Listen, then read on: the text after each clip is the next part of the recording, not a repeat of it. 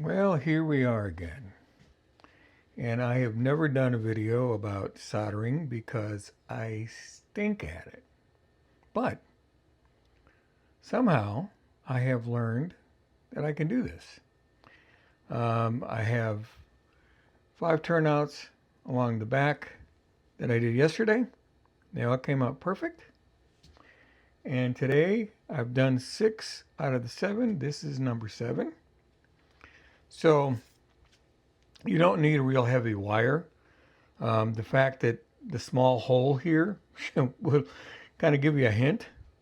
What I do is I drill a hole close to it, and then when it comes to this point, I take a skewer to make sure. There he goes, straight down. Make sure it's all clear. And of course, there we go.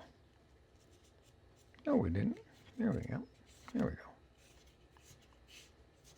So we got this down here.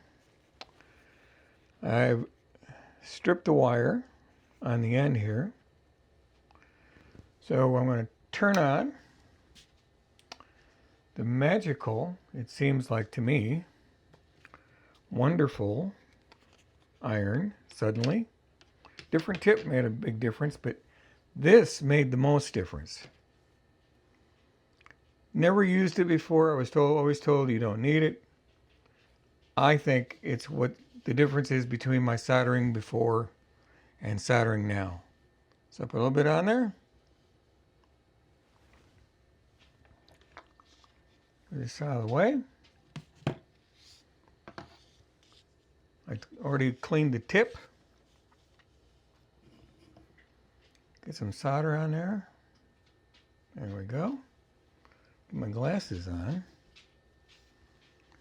And we're just going to tin this wire. Right.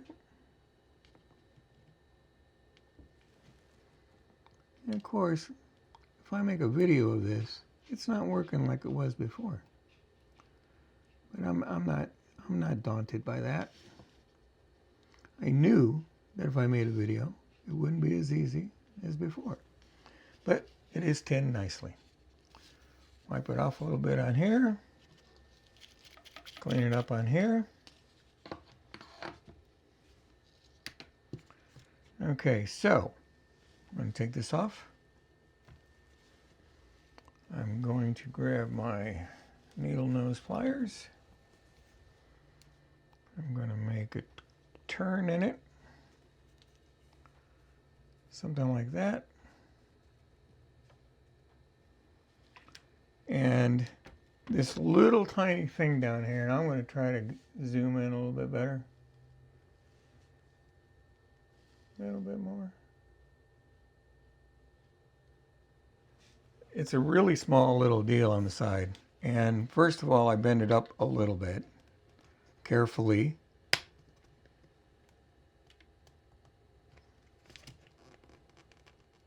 That one's the stiffest one of them all, of course. Oh, I know why. Okay. This is an Atlas turnout, and I don't normally use them, but I had 2 of these Ys, and that's working. So I've taken the wire up from underneath.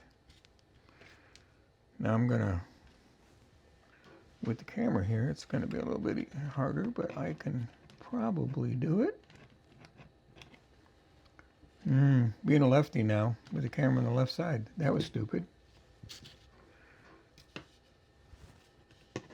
There we go.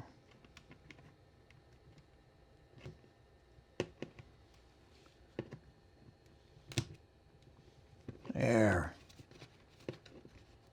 we go. Nice and tight. High and tight. So,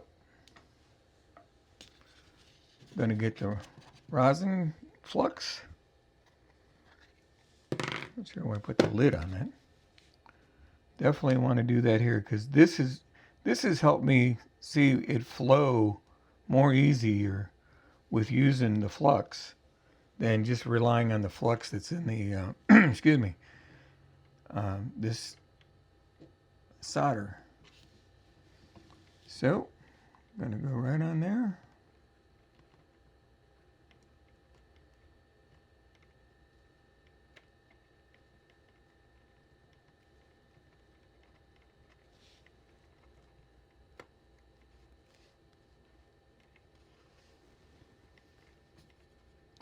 get this on the back side here. Okay. Nope. I'm gonna do some more. Right there. To right here. I'm trying to be careful not to melt the tie.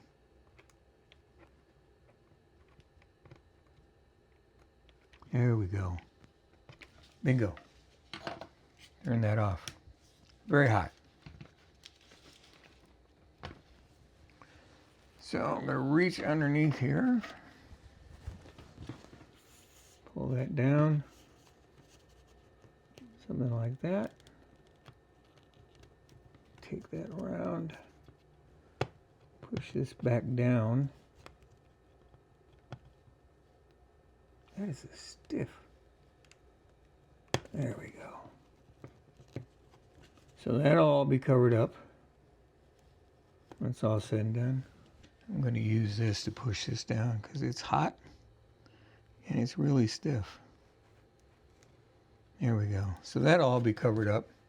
What I'll do on these holes is put a little bit of that Alex white latex silicone caulk.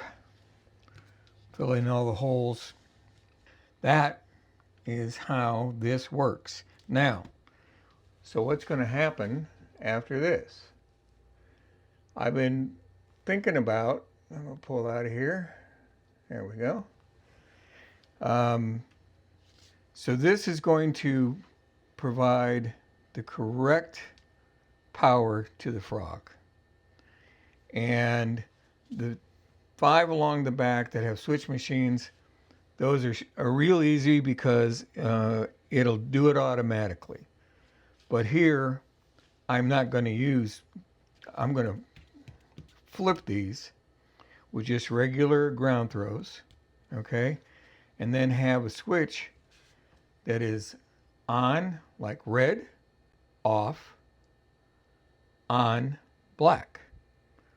And so I'll know, actually it'll be, red will be on the bottom, black on the top. Why? Because as I look at all of these, I'm always looking this way. Red is on the track closest to me. All of these are red. All of these are black. And so it'll be real easy.